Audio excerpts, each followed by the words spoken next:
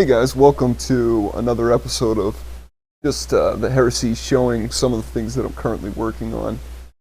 So what I'm going to be doing today, and I mentioned that this would be my next video where I talk about starting your first village, but instead of me doing it, what I'm going to do instead is just turn on the cheat codes, and turn on the enemy AI.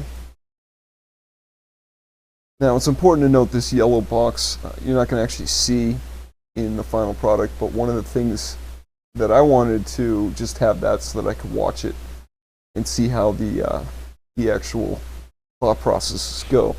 So the first thing it does is it finds a central location, sends everybody out exactly as you would, telling them to chop down trees. So they go out, they collect wood, and then after a little bit of time, it starts placing stockpiles. Stockpiles can be found over in this right-hand menu, and you'll see it searches for new locations and then places 4 stockpiles. Says, okay, now we'll build them. This is exactly what a player would do as well, and what I'm eventually going to do is, once I've worked out kind of all the kinks and bugs in this, is set it up so that enemy civilizations can be created. Now, once those stockpiles are done, it should place a larger building. There we go. This is a command hut. Once this is done, this is a place to do research. So, some people, for example, are going out to collect stuff, while this person goes and will slowly eke away, put enough wood on this so that it finishes. And while the yellow thing is searching for a new location. Yeah, right now the enemy AI will handle building. It's sort of random and there's no rotation associated with it.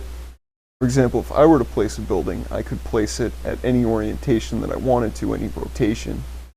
In this case, for right now at least, the enemy AI just says, go ahead and place it always in the same rotation, but I'll change that as the time goes on.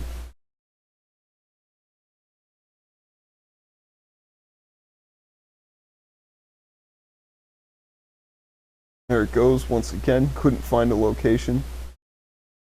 So I'll wait till the next step and then go ahead and do something. Well, this guy has just built a campfire and continues to work on this larger command hut. There we go. So now it's placed a hut, which will eventually get finished.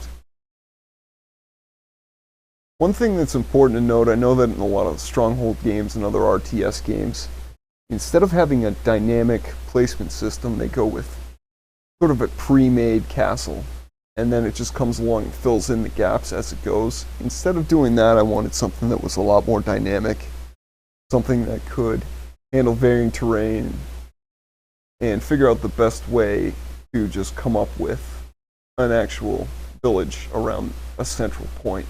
So as you can tell, everything, when this yellow thing starts searching for a location, it starts in the center and moves out accordingly.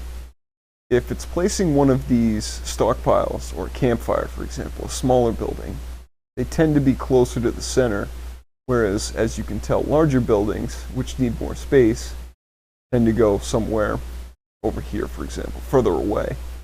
Eventually, I'm going to make it so that the AI takes a look and says, okay, as that building just finishes, says, okay, it would be nice to place walls around this particular area, and then start to enclose stuff as research gets built.